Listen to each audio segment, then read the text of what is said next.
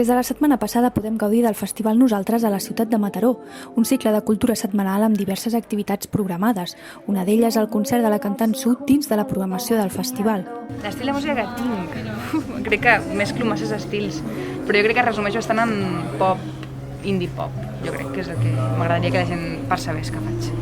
Jo crec que és bàsic avui en dia internet per créixer com a artista i a mi m'han ajudat moltíssim, així que qualsevol persona que estigui començant la convido a que comparteixi la seva música a través d'aquestes xarxes a muerte.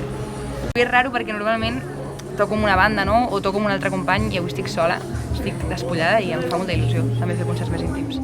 Es tracta d'una de les cantants catalanes de moda ja que va arrasar a YouTube amb el seu single Eres un temazo o la recent cançó de l'estiu a TV3, Tant de bo. Sí, jo vaig viure a Canet un temps, o sigui que a Mataró me'l conec bastant i el Maresme en general i m'agrada moltíssim i de fet hi viuria jo a Mataró molt feliç. A veure, no serà el concert de Santes que esperaríem, no? Amb tota la gresca, però alguna coseta sí que jo crec que els hi traurà una miqueta les ganes que tenen de festa. Realment no existeix aquest canvi perquè en el primer disc tinc moltes més cançons en castellà que en català, en tinc només 4 en català.